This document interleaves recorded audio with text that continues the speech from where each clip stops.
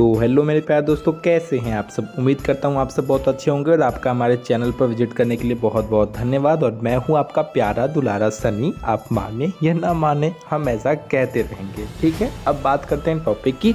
आज की वीडियो में हम बीएससी थर्ड ईयर के बॉटनी सेकंड पेपर के रिकॉम्बिनेंट डीएनए टेक्नोलॉजी को बहुत डिटेल में देखेंगे। उसकी सारी प्रोसेस को इसी वीडियो में देख के ख़त्म कर देंगे, क्योंकि ज़्यादा टाइम बचा नहीं है और बहुत ज़्यादा डिटेल में जाएंगे तो एक दिन में हम इस टॉपिक को कंप्लीट नहीं कर पाएंगे। सो इसलिए एक दिन में कंप्लीट करने के लिए हम अपने तरीके से पढ़ा रहे हैं, ठीक है। बाद में इस टॉपिक को बहुत डिटेल में पढ़ा देंगे बाद के लोगों को लिए, लेकिन इस टॉपिक में भी इतना रहेगा कि आपको किसी भी प्रकार के ज्ञान की कमी महसूस नहीं होगी।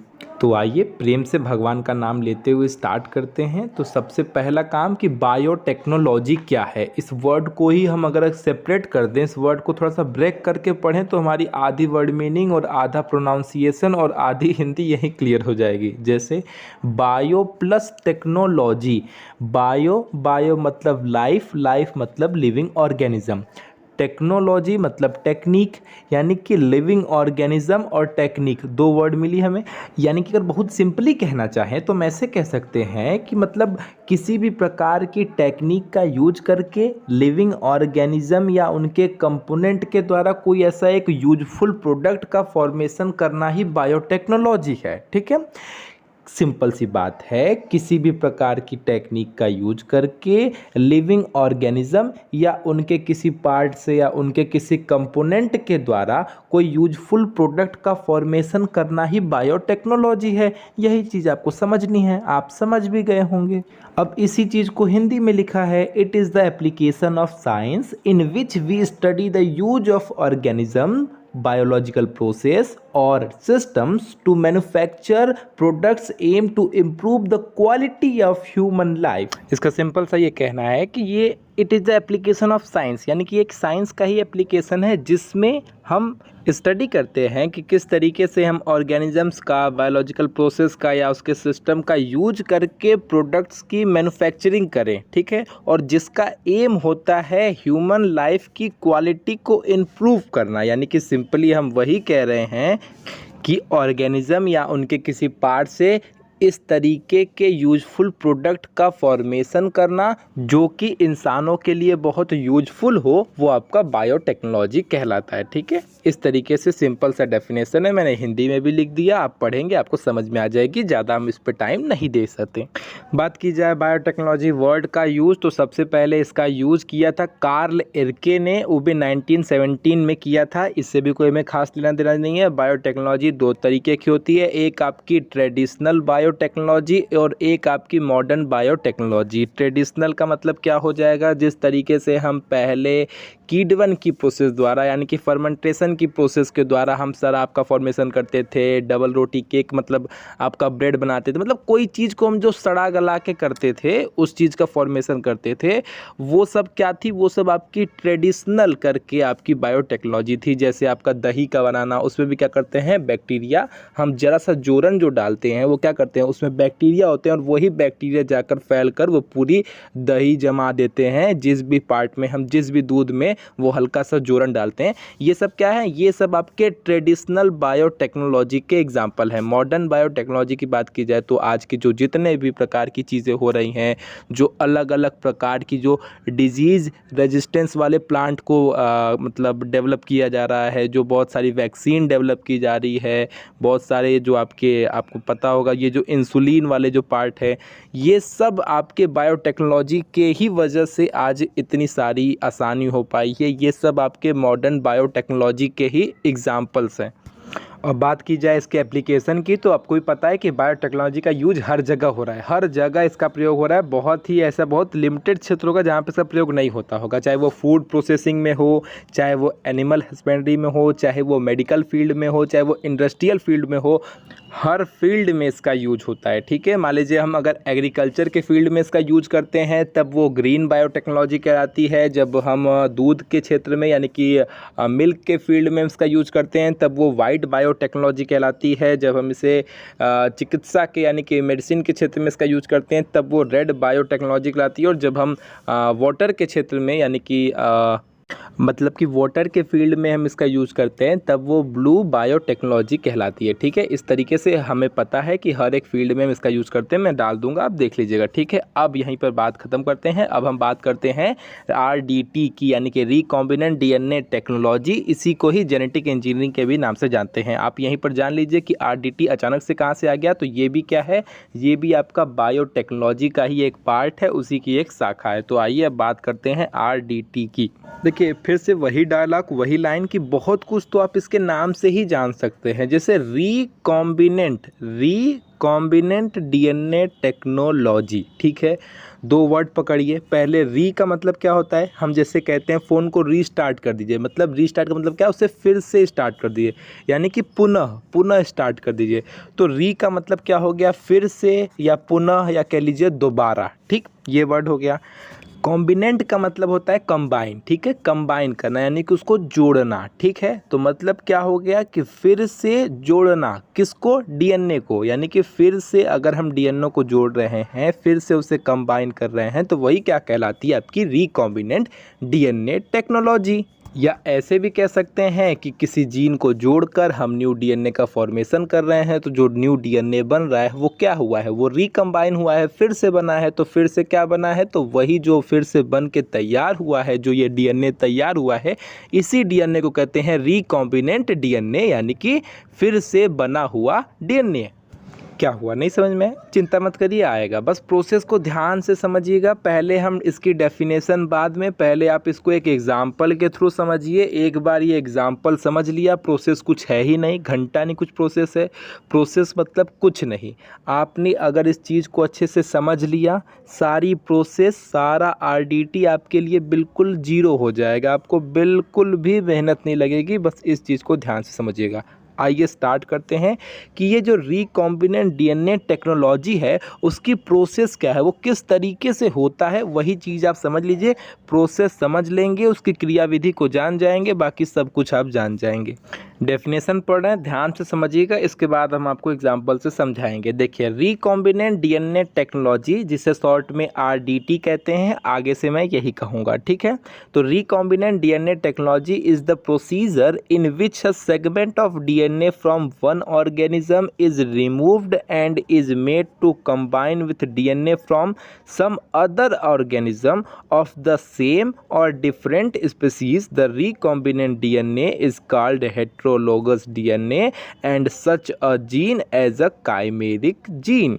अब इस तरीके से स्लो पढ़ने से क्या होता है ना कि आधी चीज़ आपको पढ़ते पढ़ते ही समझ में आ जाती है। जैसे हमें यहाँ पे क्या समझ में आ गया, हमें ये समझ में आ गया कि RDT यानी कि रिकॉम्बिनेंट DNA टेक्नोलॉजी एक ऐसा प्रोसीजर है जिसमें किसी ऑर्गेनिज्म के DNA का एक सेगमेंट को निकाल कर किसी अदर ऑर्गेनिज्म के सेम या डिफरेंट स्पीसीज़ के DNA के साथ कंबाइन किया जाता है, यानी कि जोड़ा जाता है, और इसी प्रक्रिया को जेनेटिक इंजीनियरिंग कहते हैं। यानी कि सिंपल भाषा में ये कहना है कि किसी एक जगह से DNA को कट करके किसी दूसरे जगह पर उसी DNA को जोड़ देने की जो प्रोसेस होती है, वही क्या कहलाती है, जेनेटिक इंजीनियरिंग कहलाती है। और इसी जेनेटिक इंजीनियरिंग को ही रिकॉम्बिनेंट DNA टेक्नोलॉजी भी कहते हैं।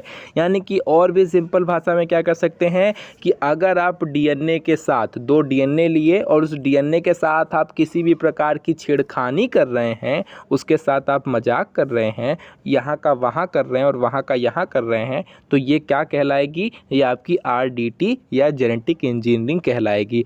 इससे ज़्यादा आपको समझाने के लिए और कुछ हिंट देने की मेरे हिसाब से तो कोई ज़रूरत बिल्कुल नहीं है। नहीं समझ में आएगा फिर से जाइएगा, फिर से सुनिएगा, समझ में आ जाएगा। इसके एक आध डेफिनेशन को मैं और दे दूंगा, उससे पहले आप प्रोसीजर को समझिए कि कैसे आपकी रिकॉम्बिनेंट DNA टेक्नोलॉजी की प्रोसीजर क्या है, उस प्रोसीजर को समझिए। देखिए, प्यार से सुनिएगा, एकदम प्यार से, जैसे हम प्यार से बता रहे हैं वैसे प्यार से आप एक्सेप्ट कर लीजिएगा। मान लीजिए ये वाला जो है ये मेरा DNA है, यानी कि ये सनी है, और ये जो सेकंड वाला DNA है ये आप हैं, यानी कि सब्सक्राइबर्स हैं। ठीक है, आप अपने आप को मान लीजिएगा ये आप हैं। ठीक है, काजू मिंकी टिंकी मिंकी जो भी नाम होगा रख लीजिएगा। ठीक है। मैं जो सन्नी नाम का ये जो आपका एक पार्ट है, ये जो आपका सेल है, ये आपका निठल्ला है, इसके पास कुछ ऐसा है जो आपके पास नहीं है, और आपके पास कुछ ऐसा है जो इसके पास बिल्कुल दूर दूर तक नहीं है। ठीक है, तो मान लीजिए सब्सक्राइबर्स के अंदर यानी कि आपके अंदर कोई ऐसा कैरेक्टर है जो इस सन्नी के अंदर नहीं है। ठीक है, और उस कैरेक्टर को सब्सक्राइबर में से निकाल कर सन्नी के अंदर डालना है, या ऐसा कह लीजिए कि ये जो सन्नी है वो चाहता है कि ये जो सब्सक्राइबर्स के अंदर ये जो इस प्रकार का कैरेक्टर है वो किसी तरीके से मेरे अंदर आ जाए तो बस मेरा भला हो जाए। ठीक है, बात समझ रहे हैं? यानी कि सिंपल सा यही कहना है कि जो सन्नी है वो चाहता है कि जो सब्सक्राइबर के अंदर का ये जो कैरेक्टर है, ये जो गुण है, वो किसी तरीके से मेरे अंदर आ जाए। तो इसी में कौन हेल्प करता है? इसी में आपका RDT यानी कि रिकॉम्बिनेंट DNA टेक्नोलॉजी हेल्प करती है।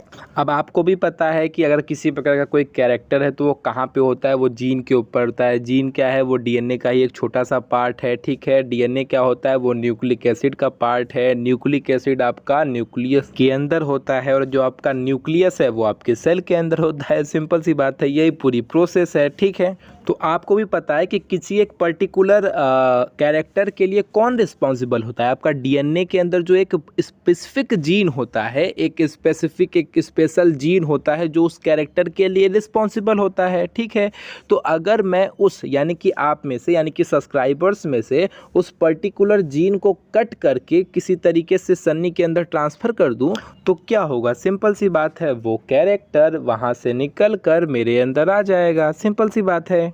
लेकिन इतनी सिंपल भी बात नहीं है। जितना ये कहने में आसान लगता है उतना आसान होता नहीं है। इन सब प्रोसेस के दौरान काफ़ी क्रिटिकल कंडीशन आती है, बहुत ही कह सकते हैं कॉम्प्लेक्स प्रोसेस है। उसी प्रोसेस को थोड़ा अब हम डिटेल में समझते हैं कि क्या प्रोसेस है। आइए एक एक पार्ट को बढ़िया से समझते हैं। ये तो अभी हमने ऊपर ऊपर से समझा है, अब ज़रा डिटेल में इस चीज़ को समझते हैं। चलिए, मान लीजिए आपको इंसुलिन का फॉर्मेशन करना है। ठीक है, और आपको भी पता है कि हमें इंसुलिन बहुत बड़े लेवल पर चाहिए होता है। बहुत सारे हमारे यहाँ डायबिटीज़ के मरीज़ हैं। ठीक है, तो क्या अब हम ऐसे में ऐसा करते हैं कि हाँ, एक एक इंसान को पकड़ते हैं, उसके अंदर से इंसुलिन बाहर निकालते हैं, फिर उसे कहीं पैक करते हैं, फिर रखते हैं, फिर एक इंसान पकड़ते हैं, फिर निकालते हैं, फिर रखते हैं। क्या इस तरीके की प्रोसेस करते हैं? और क्या ऐसे करके हम अपनी प्रोसेस कंप्लीट कर पाएंगे? बिल्कुल भी नहीं कर पाएंगे। तो किस तरीके से हम रिकॉम्बिनेंट DNA टेक्नोलॉजी के थ्रू कितनी बड़ी मात्रा में और जितनी बहुत आसानी से, ठीक है, कम से कम इस मेथड से तो बहुत ही आसान होता है कि एक एक को पकड़कर उसके अंदर से इंसुलिन को निकाल कर फिर उसे पैक करना। इस वाले मेथड से तो बहुत ही सिंपल होता है RDT, यानी कि इस टेक्निक के माध्यम से हम जितनी मन चाहे उतनी इसकी कॉपी को तैयार कर लेते हैं, यानी कि हम इंसुलिन का फॉर्मेशन कर लेते हैं। तो देखिए, सिंपल सी बात है, ये रहा आपका ह्यूमन का सेल हो गया। ठीक है, इंसान का ये आपकी कोशिका है। ठीक है, आपको पता है इस सेल के अंदर जो आपका न्यूक्लियस होता है, उसी न्यूक्लियस के अंदर आपका DNA प्रेजेंट होता है। ठीक है, तो सबसे पहला स्टेप होता है कि इस सेल के न्यूक्लियस के अंदर जो DNA है, उस DNA को यहाँ से आइसोलेट करना, यहाँ से अलग करना। ठीक है, तो सबसे पहले हम इस सेल के न्यूक्लियस के अंदर जो DNA है उसको यहाँ से आइसोलेट करते हैं। ठीक है, तो यहाँ से आइसोलेट करने की प्रोसेस इतनी सिंपल नहीं है कि बस गए ऐसे हाथ डाला निकाला DNA भर कर दिया, इस तरीके से नहीं करता है। मान लीजिए जो आपका प्लांट की अगर वो सेल वॉल है, ठीक है, आपको पता है कि उसके बाहर एक सेल वॉल की लेयर होती है। ठीक है, तो अगर हम मान लीजिए प्लांट के अंदर से DNA को बाहर कर रहे हैं, ठीक है, तो जो प्लांट की सेल की जो सेल वॉल होती है वो आपकी सेलुलोज की बनी होती है। ठीक है, तो उस सेलुलोज की सेल वॉल को ब्रेक करने के लिए, उसको डिसॉल्व करने के लिए, उसको हटाने के लिए हम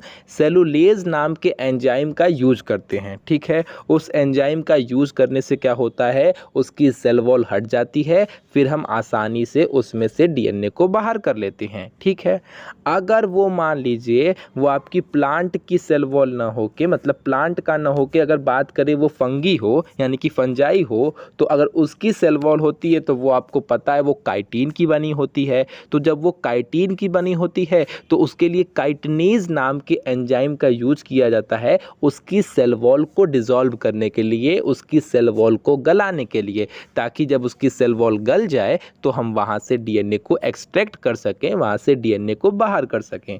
बात की जाए एनिमल सेल की, तो आपको पता है कि एनिमल सेल में तो सेल वॉल होती ही नहीं है, तो इसको नॉर्मल मेथड के थ्रू, सिंपल मेथड के थ्रू आराम से उस तरीके से वहाँ से डीएनए को बाहर कर लिया जाता है। इतनी बात आपको समझ में आ गई होगी। नहीं समझ में आई होगी फिर से जाइएगा, सुनिएगा, समझ में आ जाएगा। देखिए, प्लांट की सेल वॉल सेलुलोज की बनी होती है, तो सेलुलेज माफ़ कीजिएगा, सेलुलेज नाम के एंजाइम का यूज करके उसकी सेल वॉल को डिसॉल्व करके वहाँ से हम डीएनए को बाहर कर लेते हैं। अगर आपका फंजाई होता है तो उसकी सेल वॉल काइटिन की बनी होती है, तो काइटिनेज नाम के एंजाइम का यूज करके उसकी सेल वॉल को डिसॉल्व करके वहाँ से हम डीएनए को बाहर कर लेते हैं। ऐसे ही आपका बैक्टीरिया का बना होता है तो उसमें भी हम एंजाइम का यूज करके उसकी सेल वॉल को डिसॉल्व करके हम वहाँ से बाहर कर लेते हैं। इस तरीके की, मतलब सिंपल सा कहना यह है कि आइसोलेशन की प्रोसेस में हम ये करते हैं कि जिस भी चीज़ का आपका सेल वॉल बना होता है, ठीक है, उस तरीके के एंजाइम का यूज करके उसकी सेल वॉल को डिसॉल्व करके फिर हम उसमें से डीएनए को एक्सट्रैक्ट कर लेते हैं, उसमें से डीएनए को आइसोलेट कर लेते हैं। यही सिंपल सा कहना है। बताइए, हम आपको समझा रहे हैं, आप क्यों नहीं समझ रहे हैं? बताइए, ऐसे हमको परेशान करेंगे? कल आपका पेपर है ना, परसों, ऐसे परेशान मत करिए, शांति से समझ जाइए। तो सबसे पहला काम क्या था? उस सेल के अंदर से डीएनए को आइसोलेट करना, डीएनए को एक्सट्रैक्ट करना, यानी कि उसको बाहर निकालना। सिंपल सी बात है। अगर जिस भी चीज़ का आपकी सेल वॉल बनी हो उसको आप डिसॉल्व करिए, उसको हटाइए, गलाइए और फिर वहाँ से डीएनए को बाहर कर लीजिए। ये सबसे पहला स्टेप था आपका रिकॉम्बिनेंट डीएनए टेक्नोलॉजी का। अब बात करते हैं सेकेंड स्टेप की। अब सेकंड स्टेप क्या होगा? जब आपने डीएनए को अलग कर लिया तो जाहिर सी बात है अब आप इसे कट करेंगे। जाहिर सी बात है, जब आपने डीएनए को अलग कर लिया, अब इस डीएनए में से उस स्पेसिफिक जीन को कट करके निकालेंगे जो इंसुलिन के लिए रिस्पॉन्सिबल है। तो बस वही सा काम करना है, उस जीन वाले पार्ट को, डीएनए के उस स्पेसिफिक पार्ट को काटेंगे जो आपके इंसुलिन के लिए रिस्पॉन्सिबल है। तो मान लेते हैं ये वाला पार्ट आपके इंसुलिन के लिए रिस्पॉन्सिबल है, तो इस वाले पार्ट को हम इस तरीके से कट करके, यानी कि रिस्ट्रिक्शन इंडोन्यूक्लिएज एंजाइम की सहायता से कट करके बाहर निकालेंगे। कौन से एंजाइम के? रिस्ट्रिक्शन इंडोन्यूक्लिएज एंजाइम की हेल्प से यहाँ से कट करके उसको बाहर निकाल लेंगे। ध्यान दीजिएगा, आपका रिस्ट्रिक्शन इंडोन्यूक्लिएज एंजाइम ऐसे ही नहीं काटता है, वो जब भी कट लगाएगा इस तरीके की जेड आकृति में कट लगाता है और पैलिंड्रोम सीक्वेंस को देखकर कट लगाता है। ध्यान दीजिएगा, वो डीएनए के पैलिंड्रोम सीक्वेंस को देखता है, उस सीक्वेंस को देखने के बाद वो उसमें कट लगाता है। इसीलिए कहा जाता है कि इस एंजाइम के द्वारा एक स्पेसिफिक पार्ट पर कट लगाया जाता है, इस खास तरीके से इस जेड की आकृति में कट लगाता है। इतनी बात आपको समझ में आ गई होगी। जो नहीं समझ में आई होगी वो ये है कि ये पैलिंड्रोमिक सीक्वेंस क्या है। ठीक है, मतलब समझिए एक खास तरीके का सीक्वेंस है। खास तरीके का सीक्वेंस का मतलब ये है कि मतलब ये ऐसी जगह से काटता है जहाँ पे ऊपर से या नीचे से किसी भी तरीके से पढ़ें उसका एक ही तरीके का मीनिंग आएगा। ऐसे बात समझिए। मान लीजिए एक वर्ड है NAMAN, ठीक है, नमन। चाहे इस नमन को आप चाहे आगे से पढ़ें और चाहे पीछे से पढ़ें, पढ़ा वो नमन ही जाएगा, बार बार वही वर्ड कंटिन्यू होगा। चाहे NAMAN पढ़ें, चाहे NAMAN, चाहे आगे से पढ़ें चाहे पीछे से पढ़ें, वर्ड वही आएगा। उसी तरीके से ये जो आपका पैलिंड्रोमिक सीक्वेंस है, इसे जब आप ये उस पार्ट से कट करता है जहाँ से ऊपर वाले आपका जो डीएनए का जो एक स्ट्रैंड है उसमें भी वही सेम लेटर हो और नीचे वाले में भी सेम लेटर हो, यानी कि सेम नाइट्रोजनस बेस ऊपर भी हो। जो सीक्वेंस ऊपर फॉलो होता है उसी का उल्टा नीचे भी फॉलो होता है। मैं आपको लिख के आपको फिगर के माध्यम से भी समझा दूंगा, आप देखकर समझ जाएंगे। ठीक है, इतनी बात याद रखिएगा कि चाहे उसको आगे से पढ़ें चाहे पीछे से पढ़ें, मतलब उसका वही होगा, उसके अपने वर्ड में किसी प्रकार का चेंजेस नहीं आएगा। इस वर्ड को याद रख के चलिए, बस यही है आपका पैलिंड्रोमिक सीक्वेंस। तो जो आपका रिस्ट्रिक्शन एंडोन्यूक्लियस एंजाइम है वो हमेशा इस सीक्वेंस वाले पार्ट से ही कट करता है और इस तरीके से जेड आकृति में ही कट करता है। ठीक है, इतनी बात क्लियर। चलिए अब इस बात को यहीं पर स्थिर रखिए, यहीं पर रोक कर रखे रहिए। अब बात आते हैं इसको वेक्टर वाली, कि हमने जीन को तो काट के रख लिया, लेकिन अब इसको ले जाने का कार्य कौन करेगा। तो इसीलिए हमें कोई वाहक चाहिए, कोई वेक्टर चाहिए। तो वेक्टर के रूप में जिस तरीके का हम वेक्टर चूज़ करते हैं उसके अंदर क्या खासियत होनी चाहिए, उसके अंदर दो खासियत, बहुत इंपॉर्टेंट खासियत होनी चाहिए। एक तो उसके अंदर रेप्लिकेशन का गुण होना चाहिए, यानी कि वो अपने आप को मल्टीप्लाई कर सके बहुत तेज़ी से, ये चीज़ का गुण होना चाहिए। दूसरी बात, उसके अंदर एक्टिव साइट्स होनी चाहिए, जहाँ पर ये जो कटिंग वाला जीन है वो वहाँ पर जाकर जुड़ सके। ठीक है, ये दो बात समझ में आ गई। चलिए अब लाइन में आइए। तो हम अक्सर इसके लिए नॉर्मली ई कोलाई बैक्टीरिया का वेक्टर के रूप में, वाहक के रूप में यूज करते हैं, क्योंकि ये बहुत सिंपल भी पड़ता है, नाम भी सिंपल है, आसानी से बोला भी जाता है। या एक प्रकार का और बैक्टीरिया है जिसका नाम एग्रोबैक्टीरियम ट्यूमेफेसियंस है, अब इसका नाम ही ऐसा है, कौन लिखने जाएगा। तो इसीलिए लोग नॉर्मली ई कोलाई बैक्टीरिया का यूज करते हैं। नॉर्मल सी बात है, सिंपल सा नाम है, उसी का यूज करते हैं। ठीक है, इसमें क्या होता है, इसको लेने का फ़ायदा ये होता है कि ये बहुत जल्दी, मतलब बहुत जल्दी अपने आप को रेप्लिकेट कर लेता है। ठीक है, अपने आप को मल्टीप्लाई कर लेता है। और दूसरी बात, इसके अंदर जो बात होती है, जो इसकी मेन खासियत है कि इसके साथ, यानी कि इसके जो मेन डीएनए है उस डीएनए के साथ एक एक्स्ट्रा डीएनए भी पाया जाता है। ठीक है, और अगर इस एक्स्ट्रा डीएनए को हम इसमें से बाहर भी कर ले तो इसके अपने ऊपर बहुत कुछ खास फर्क नहीं पड़ जाएगा। यही इसकी सबसे मेन विशेषता है, यही आप मानकर चलिए। तो इसमें क्या होता है, इसमें इसके मेन डीएनए के साथ साथ एक एक्स्ट्रा डीएनए या एक एक्स्ट्रा प्लाज्मिड होता है, जिसको हम यहाँ से बाहर कर लेते हैं। इसी प्लाज्मिड को इसमें से हम बाहर कर लेते हैं। तो देखिए इस प्रोसेस में हमने इसको बाहर कर लिया है। अब इस प्लाज्मिड को या इस डीएनए को आप कह लीजिए, इसको उसी रेस्ट्रिक्शन एंडोन्यूक्लियस एंजाइम की सहायता से कट करते हैं जिस एंजाइम की सहायता से हमने इस डीएनए के इस जीन को कट किया था। उसी सेम एंजाइम के थ्रू हम इसको, इस प्लाज्मिड को भी कट करते हैं। क्यों उसी सेम एंजाइम के थ्रू करते हैं, ताकि वैसा ही कट क्रिएट हो, ताकि ये आसानी से एक दूसरे से जुड़ सके। इसी को कहते हैं स्टिकी एंड। एक तरीके का ऐसा कट क्रिएट होता है जो आसानी से एक दूसरे में जुड़ पाता है, और इसी एंड को स्टिकी एंड कहते हैं। और सिंपल कहें तो चिपचिपा एंड। ठीक है, ऐसा कट लगता है, उसी एंजाइम के थ्रू हम इसे भी कट करते हैं। तो आपको पता ही है कि ये एक विशेष तरीके से कट करता है। सेम उसी एंजाइम के थ्रू इसको भी कट करते हैं, तो ये भी इस प्लाज्मिड को एक विशेष तरीके से कट करता है। तो बस अब इन दोनों में जो एंड बन के तैयार होता है वो चिपचिपे तरीके के होते हैं, वो आपस में आकर जुड़ जाते हैं। ऐसे समझिए, बहुत सिंपल पड़ेगा। ठीक है, तो ये जो पार्ट है ये जाके आपका इस प्लाज्मिड से जुड़ जाता है, और अब जो आपका ये डीएनए बन के तैयार होता है यही कहलाता है आपका रिकॉम्बिनेंट डीएनए। याद करिए, माफ़ कीजिएगा, खांसी अभी तक जाने लगी है।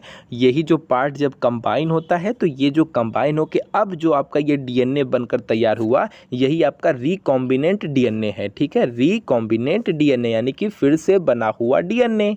लेकिन एक बात सुनिए, जितनी आसानी से हमने काटा था तो उतनी आसानी से कटा नहीं था, उसके लिए एक एंजाइम की ज़रूरत थी। वही एंजाइम उसको कट करने में हेल्प करता है। तो क्या आप जब आप इसे जोड़ रहे हैं तो उसके लिए एंजाइम नहीं चाहिए? चाहिए ना। तो सुनिए, उस एंजाइम को जो आप यहाँ पे कहे कि हमने इस तरीके के एक स्पेशल कट इसमें लग गया और उसी एंजाइम से इसको भी कट किया, तो वैसा ही एक कट इसमें भी लग गया। अब ये दोनों कट आपस में जुड़ के स्टिकी एंड का फॉर्मेशन कर लेते हैं। लेकिन ये जो आपस में जुड़ रहे हैं वो लाइगेज एंजाइम की सहायता से आपस में जुड़ते हैं। कौन से एंजाइम की? लाइगेज एंजाइम की सहायता से ये आपस में जुड़ जाते हैं। यही काम करता है, और इस तरीके से जुड़ के आपका आपके रिकॉम्बिनेंट डीएनए का फॉर्मेशन करते हैं। अब आप बात आसानी से समझ गए होंगे और इसमें आप देख ही पा रहे हैं क्या है कि एक का जीन उठाकर किसी दूसरे डीएनए में हमने ऐड कर दिया, तो इस तरीके से क्या हुआ, एक न्यू डीएनए बना और वही न्यू डीएनए क्या कहलाता है, रिकॉम्बिनेंट डीएनए कहलाता है, रिकॉम्बिनेंट डीएनए। और ये जो टेक्नोलॉजी के थ्रू ये सब हुआ है वही आपकी रिकॉम्बिनेंट डीएनए टेक्नोलॉजी कहलाती है। यही आपकी जेनेटिक इंजीनियरिंग भी है और ये जो जीन है यही आपका काइमेरिक जीन कहलाता है। इस प्रकार का ये जो जीन होता है यही आपका काइमेरिक जीन कहलाता है और इस तरीके का जो डीएनए बन के तैयार हुआ है यही आपका हेट्रोलोगस डीएनए भी कहलाता है। मतलब बहुत कुछ कहलाता है, मैं सब चीज़ें लिख दूंगा, आप देखकर समझ जाएंगे, ठीक है। अब उतना हमारे पास टाइम नहीं है वरना आपको बहुत डिटेल देता, लेकिन अब उतना टाइम नहीं है, तो आप समझिए कि ये आपका रिकॉम्बिनेंट डीएनए या आरडीएनए बनकर तैयार हो गया है, ठीक है। इतनी बात समझ में आ गई। आगे सुनिए, अब इस नए बने डीएनए को वापस से ई कोलाई बैक्टीरिया के अंदर डाला जाता है। क्यों डाला जाता है उसकी मतलब समझिए। क्या किया जाता है, ई कोलाई बैक्टीरिया को लिया जाता है, वैसे ही लिया जाता है और इसमें से जो आपका एक्स्ट्रा डीएनए उसको बाहर कर दिया जाता है और उस एक्स्ट्रा डीएनए की ही जगह इस जो नया बना हुआ डीएनए है इसको अंदर डाल दिया जाता है, ठीक है। चूँकि हमें पता है कि जो आपका ई कोलाई बैक्टीरिया है वो बहुत जल्दी ही अपने आप को रेप्लिकेट करता है, बहुत तेज़ी से अपने आप को मल्टीप्लाई करता है, आपको भी पता है। करीबन 20 से 30 मिनट के अंदर अपनी एक न्यू जनरेशन तैयार कर लेता है, एक नई पीढ़ी बना लेता है। तो इसीलिए इसमें हम डालते हैं ताकि ये अपने आप को तेज़ी से रेप्लिकेट, अपने आप को तेज़ी से ये बढ़ाता है। 2 से 4, 4 से 8, इस तरीके से इसकी ग्रोथ होती जाती है और फिर इसका यूज जहाँ पर होता है वहाँ पर उस हिसाब से कर लेते हैं। मान लीजिए हम इंसुलिन बना रहे थे तो जाहिर सी बात है इस तरीके से कई सारे हो जाते हैं और बहुत सारे बैक्टीरिया आपस में ग्रोथ कर लेते हैं, बहुत सारे आपकी इंसुलिन का फॉर्मेशन हो जाता है। क्योंकि आपके हर एक जो ये अलग अलग प्रकार का ये जो आपका रेप्लिकेट करके जल्दी जल्दी आपका मल्टीप्लाई हो रहा है, इस सभी के अंदर वो आपका इंसुलिन वाला कैरेक्टर है, यानी कि आप इन सभी के अंदर से इंसुलिन को प्राप्त कर सकते हैं। बात आपको समझ में आ रही होगी। इस तरीके से बड़े लेवल पर इसका फॉर्मेशन किया जाता है। और जो आपका पीसीआर टेक्निक है, जो आपका पॉलीमरेज चेन रिएक्शन है, उसमें भी क्या होता है, उसमें भी सेम कॉपी है, मतलब सेम चीज़ है कि उसका काम होता है इस तरीके की जीन्स का फोटोकॉपी करना। मतलब जब हम कोई चीज़ बहुत बड़े लेवल पर करते हैं, जाहिर सी बात है जब हम इस चीज़ को बहुत इंडस्ट्रियल लेवल पर कर रहे हैं तो जाहिर सी बात है वहाँ पे हमें 1 जीन से या 10 जीन से या 20 जीन से तो काम चलने वाला नहीं है। तो वहाँ पे उस चीज़ को बहुत बड़ी मात्रा में करने के लिए पीसीआर मेथड का यूज किया जाता है। जो क्या करता है, वो सिंपल सा काम करता है, वो पीसी यानी कि फोटो कॉपी करता है किसका, रिकॉम्बिनेंट डीएनए का, ठीक है। वो उस डीएनए का जो फिर से बना हुआ डीएनए है, जो आपका ये जो डीएनए है रिकॉम्बिनेंट डीएनए है, वो इसका जल्दी जल्दी फोटो कॉपी करता है। पीसीआर को आप ऐसे समझिए, पीसी मतलब फोटो कॉपी, आर का मतलब रिकॉम्बिनेंट डीएनए, यानी कि फोटो कॉपी रिकॉम्बिनेंट डीएनए। वो जो पीसीआर टेक्निक है वो क्या करती है, वो इस डीएनए की वो जो ये रिकॉम्बिनेंट डीएनए है इसकी वो फोटोकॉपी करता है, जल्दी जल्दी उसके बहुत सारे फोटोकॉपी बनाता है। और जब भी हम इंडस्ट्रियल लेवल पर किसी चीज़ का फॉर्मेशन करते हैं तो इस मेथड के थ्रू ही हम उसकी संख्या को इंक्रीज़ करते हैं। वो आपको भी पता है, नॉर्मली तो ऐसे होने वाला नहीं है। तो अब आप इतनी सारी चीज़ें समझ गए होंगे। ये था आपका पीसीआर मतलब आपका रिकॉम्बिनेंट डीएनए टेक्नोलॉजी का पूरा प्रोसेस। अब आप क्लियरली समझ गए होंगे। चलिए एक बार पूरा स्टेप समझा दे रहा हूँ, ध्यान से समझ लीजिए। सबसे पहला काम क्या करना है, आपको उस डीएनए को आइसोलेट करना है, ठीक है। मान लीजिए ह्यूमन सेल है, उसमें से हमको क्या लेना था, इंसुलिन को बाहर करना था। तो हम उस डीएनए को पहले आइसोलेट करेंगे, फिर उस डीएनए में से जो आपका इंसुलिन के लिए रिस्पॉन्सिबल जीन है उस जीन को हम वहाँ से बाहर निकाल लेंगे, ठीक है। किसके माध्यम से निकालते हैं, रेस्ट्रिक्शन एंजाइम की सहायता से उसे कट करके बाहर निकाल लेते हैं। और जो आपका रेस्ट्रिक्शन एंडोन्यूक्लियस एंजाइम है वो एक खास तरीके से जेड आकृति में कट करता है और वो एक खास जगह से कट करता है, ठीक है। ये चीज़ें आपको पता है, ठीक। दूसरी बात, उपयोगी वाहक का चयन करना, यानी कि वेक्टर का चयन करना, जो आपको वेक्टर चूज करना है। तो आपको पता ही है कि हम किस तरीके का वेक्टर लेते हैं। ऐसा वेक्टर का चयन करते हैं हैं जिसके अंदर रेप्लिकेशन का गुण हो, बहुत जल्दी जल्दी अपने आप को रेप्लिकेट कर सके। तो हम वहाँ पे ई कोलाई बैक्टीरिया लेते हैं। हमको पता है कि इसमें डीएनए के साथ साथ एक आपका एक्स्ट्रा डीएनए भी होता है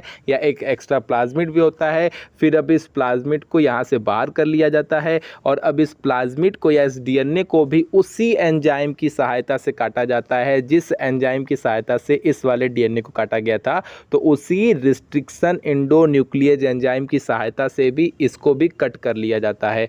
उसी एंजाइम की सहायता से इसलिए कट किया जाता है ताकि जो दोनों का आपस में जोड़ बने वो सेम बने, क्योंकि जब हम इसी एंजाइम की हेल्प से कट करेंगे तो ही ना एक जैसा समान जोड़ आएगा। तो ठीक है, यही सिंपल सी बात थी। अब क्या करते हैं, थर्ड टॉपिक क्या करते हैं, उनको रिकम्बाइन करना, उसे रिकॉम्बिनेंट डीएनए प्राप्त करना। तो जाहिर सी बात है इस डीएनए को और इस आपका प्लाज्मिड को आपस में कंबाइन करते हैं, यानी कि इसको जोड़ते हैं लाइगेज एंजाइम की हेल्प से, इसको जोड़ देते हैं लाइगेज एंजाइम की हेल्प से। इसको जैसे ही जोड़ के तैयार करते हैं तो जो अब ये डीएनए बन के प्राप्त होता है यही है आपका रिकॉम्बिनेंट डीएनए। अब इस रिकॉम्बिनेंट डीएनए को वापस से होस्ट में आपको ट्रांसफॉर्म कर दिया जाता है, इसको वापस से होस्ट में स्थानांतरित कर दिया जाता है, वापस से डाल दिया जाता है। तो यही आपका ई कोलाई बैक्टीरिया है। इसमें से आपका ये जो एक्स्ट्रा डीएनए उसको बाहर निकाल कर जो अभी नया बना हुआ रिकॉम्बिनेंट डीएनए है इसको उसमें ऐड कर दिया जाता है। और आपको पता ही है कि ये जो आपका ई कोलाई बैक्टीरिया है ये बहुत तेज़ी से अपने आप को रेप्लिकेट करता है, अपने आप में मल्टीप्लिकेशन करता है। तो ये बहुत तेज़ी से अपनी पीढ़ी को बढ़ाता है। तो यहाँ से 1 से 2, 2 से 4 करता जाता है, बढ़ता जाता है। ठीक है, इस तरीके से ये जो आपके बहुत सारे ई कोलाई बैक्टीरिया बनते हैं उन सभी के अंदर आपका जो नया रिकॉम्बिनेंट डीएनए है वो होता है, यानी कि आपका इंसुलिन होता है। और फिर इन सभी में से इंसुलिन को बाहर कर लिया जाता है और इस तरीके से आपका इंसुलिन का प्रोडक्शन होता है। फिर इस इंसुलिन को यहाँ से निकाल कर अपना पैकेजिंग करके जो भी अपनी प्रोसेस है इंसानों को यूज़ के लिए किया जाता है। यही सिंपल सी बात है। यही काम आपकी अगर बात की जाए, कोई ऐसा प्लांट तैयार करना है जिसके अंदर रोग प्रतिरोधक के गुण हो, यानी कि डिजीज रेजिस्टेंस की प्रॉपर्टी हो, उसमें भी सेम कंडीशन है। यही काम करते हैं। ऐसे ही एक जगह से जीन को आइसोलेट करते हैं, ऐसे जीन को आइसोलेट करते हैं जिसके अंदर, या ऐसे प्लांट से उस जीन को बाहर निकालते हैं जिसके अंदर आपका कौन सा गुण पाया जाता हो, डिजीज रेजिस्टेंस का गुण पाया जाता हो। और वैसे ही आपका ई कोलाई बैक्टीरिया लेते हैं, वहाँ से इसको बाहर करते हैं, प्लाज्मिड को भी उसी एंजाइम से कट करते हैं जिससे आपको इसको कट करते हैं, दोनों में समान कट बन जाता है। फिर इनको उसी लाइगेज एंजाइम की सहायता से जोड़ देते हैं। जोड़ने के बाद आपका जो डीएनए बनता है वो आपका रिकम्बाइंड डीएनए या रिकॉम्बिनेंट डीएनए हो जाता है। फिर इस डीएनए को आपका उस सेल में ट्रांसफ़र कर देते हैं, उस होस्ट सेल में डाल देते हैं जहाँ पर ये मल्टीप्लाई होकर अपनी संख्या को बढ़ाता है। और अगर अपनी संख्या को नहीं बढ़ाना है, हमको एक ही ऐसा प्लांट बनाता है, तो ऐसी कंडीशन में क्या करते हैं कि हम यहाँ से निकाल कर जो भी उसकी ऑफ स्प्रिंग है या जो भी वो प्लांट है उस प्लांट में हम ट्रांसफ़र कर देते हैं।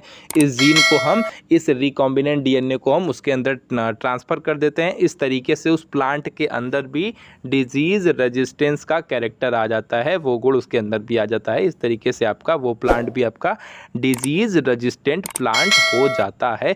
उम्मीद करता हूँ चीज़ें आपको बहुत अच्छे से समझ में आ गई होगी। तो आज के लिए बस इतना ही, मिलते हैं अगली वीडियो में। वीडियो पसंद आएगी तो लाइक शेयर सब्सक्राइब करिएगा, बहुत पसंद आएगी तो शेयर भी कर लीजिएगा। ठीक है, टाटा बाय बाय। कोई डाउट होगा तो फिर से वीडियो को सुनिएगा, क्लियर हो जाएगा। ठीक है, तो चलते हैं।